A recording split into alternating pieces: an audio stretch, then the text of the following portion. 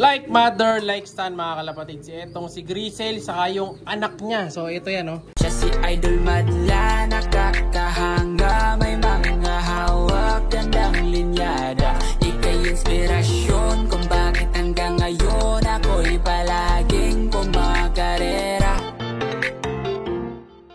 Si Grisel, original Grisel natin. Yung anak niya ito, medyo ganyan ng itsura. Ayan. Yung ilong niya kasi medyo nagkasugat dati, di ba? Kaya ganyan ang itsura niya. Pero maganda pa rin naman. So, ayan sila oh. Siyang siya mga kalapatid, magkamuka. So, ano niya to? Anak niya to na mukhang barako. Ito eh, patatabi na natin. Gamitin natin for breeding purposes. Bata pa to, kaya ganyan yung itsura. Ito naman yung matandang version. So, mag-iba pa kulay nito, pero sa ganyang view, halos pareho sila. So, ito si Grisel. Pauwiin muna natin, gutom na to eh. Tara. Grisel, saka yung anak ni Grisel. Isa lang pawawala natin, syempre. Yun, tawid ilog muna siya mga kalapatid. Tawid baha lang muna. So, ito naman yung anak. Wait lang na, Romondo pa eh. Yan, hayaan muna natin siya dun. Ito yung anak niya. Yan. So, ito yung ilong niya na nagkasugat. Ayan dati oh. So, araw-araw ko tong nililinis, yung bulutong nito dati sa ilong. Hanggang sa, ayun nga, nawala naman. Ayan oh. Medyo may ano pa nga lang, may dumi-dumi pa. Mamaya lilinisin ko ulit. So, ito yung itsura ng bagwis niya. Ayan o. Kamukha mga kalapatids. So, yung tatay nito, yung lap winner natin, si 1.7. Tapos yung nanay niya, 2 times lap winner. Bali, ano na to? Yung lahi na to, 3 times lap winner na. Ayan o. Gandang young bird. So, hilamusan ko muna para kuminis. Kinukondisyon ko pa to bago natin lagay sa flyer eh. No? Mamaya may mga ililipat din ako, papakita ko sa inyo. Ito yung mga bago nating young birds na ililipat ngayon. So, ito si AJ, yung ating multiple pooling winner, saka yung mga anak niya. Bali, ano to? Mga halos same line ni Grisel, yung mga young birds ko na to. Kaya nakatabihan. Panlalaban natin yung dalawa na to, lalagay sa likod dyan. So si Grisel, ito, nakapahinga ngayon. Ayan. Yung nanay ni Grisel Lawi natin na 2 times lap winner mga kalapatids. Ayan o. Lugon sila pareho. No? So off season din kasi. Kita nyo yung ano yan, poop tray o. For balahibo. So nagpapahinga siya ngayon para makondisyon ulit. Siguro mga ano pa to, mga 3 months pa mapapahinga to bago natin may pares ulit, no? So si AJ ganun din. So kita niyo yung tsura ni AJ oh. Kalbo talaga eh. Kunin natin para makita niyo. Ayan. Ayun. Halos wala talaga siyang balahibo mga kalapatids. Kita niyo yung tsura oh. Ano nangyari sa kalapati na to. Pero mas maganda yung ganito, yung nagpo-full molt na ganyan. Makakalbo pa yan. Yung iba talaga nauubos yung leg mga kalapatid. Siya sa mukha pa lang eh.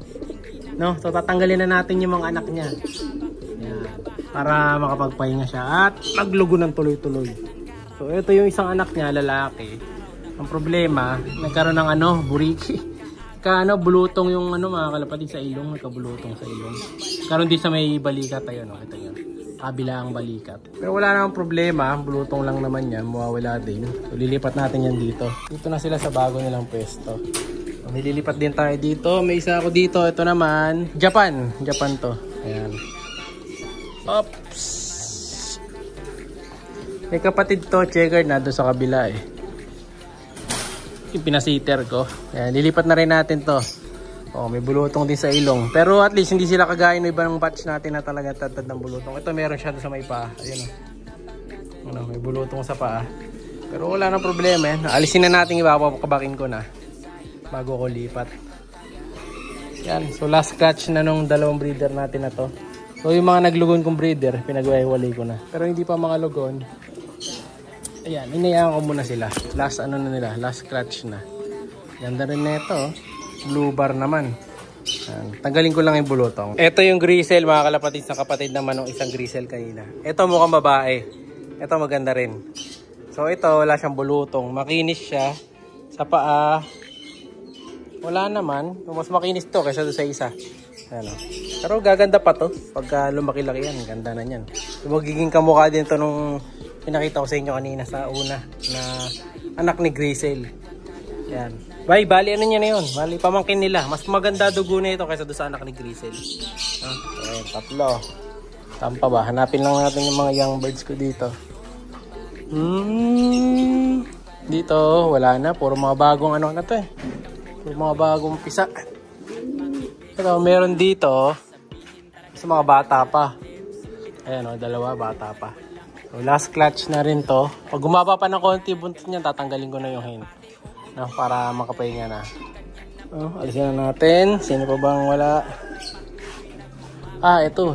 Meron ako dito pala sa taas. Tatlo pala to. Tatlo sa taas. Yan. Ito. Mga panlipat na to eh. Ito. Yung mga Masili, Alphonse, Jermaine Imbrek. Lugon din sila oh. Kaya kailangan na natin tanggalin eh. Puro lugon yan mga kalapatids. Hindi sila mapapahinga eh. Ito, may dalawa pa ako dito. Pero hindi pa pwede. Jansen Relax, saka Speedbird. Yan. Ito, kita nyo, yung dating may bulutong. Kita ko sa inyo yung dating may bulutong. Ito ba yan? Ito. Ito ba yun? Hindi ito yung kapatid niya. Ito. Dating may bulutong, pero kita nyo, wala na oh. Makinis na mga kalapatids. Before and after na yan. Ang ganda na ito oh. Diba? Di lang natin malagay sa likod eh. Dahil may tubig. Pag nawala na yung tubig yan, lilipat natin sila. Ay, ganda pa naman ang dalawa na to oh. Solid mga kalapatids. Pakitin natin isa. Ayan oh. Yan, ganda oh.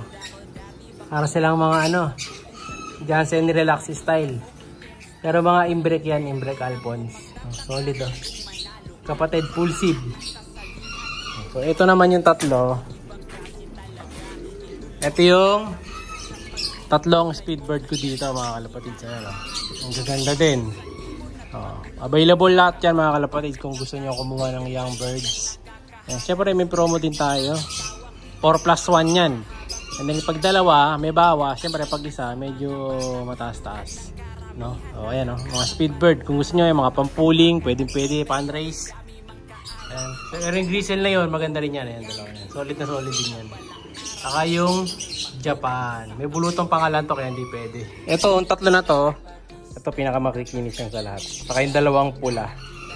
So ano yung subukan ko muna sila ng idea. Ito naman tatlo na to. Yung galing sa taas. Medyo may mga bulutong din yan. Kita nyo sa balikat to. Pero binakbak ko na para sa ganun madali matanggal. Makakina pa naman to. Ganda pa naman ng pula oh. Kaso na bulutong din. So nagdito muna sila sa baba. Pinalay natin mali to. So ito nalagay natin yan dito sa magulang nila. Yan. Tapos yung malaki pinapapalit natin dito. Ay madumi. So alisin muna natin yung tubig niya ito. Palitan natin. Ilalagay ko na doon. No, so dyan ka muna. Bibigyan ko sila ngayon ng ganito Ayan. Ng Taiwan soil. Ayan, lalagay ko na lang dito sa link natin sa YouTube video. Ayan, para makita nyo kung saan natin nabili to. Ayan. Favorite na mga kalapati to mga kalapatids. Ayan, kita nyo sila Nakakita pa lang yung picture mga kalapatids. Nagwawala na. Ayan Ganyan sila ka-addict dyan. Kita nyo, nagwawala talaga So, para malaman nyo na hindi yan gutom, ayan, tingnan nyo yung patukaan. May patukayan, may tubig na puro lumot. Siyempre, ito, gustong-gusto nila. Lagay natin ngayon. Ano pang iba lalagyan? Tayo ng, lalagyan. Ayan, lagyan natin ng ganyan. Uus natin. Ito nyo, mga kalapatids, buksan ko na to para makita nyo talagang kakainin nila. Ayan, Favorite na mga kalapati natin yan. Talagang pag nakita nila yan, nagwawala yan para matikman lang. No? Pero hindi natin dyan lalagay kasi matatapon. Nagwawala pa rin siya lalo sa mga breeder, gustong-gusto nila to. Ayan.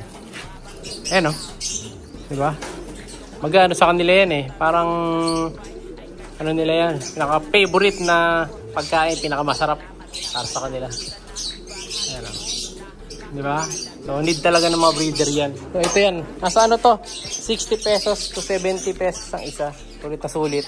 Ito, bigyan rin natin sila Gusto rin nila, nakakita rin bigyan ka muna. Siya'y kalapatistang napakagaling na kinakilala.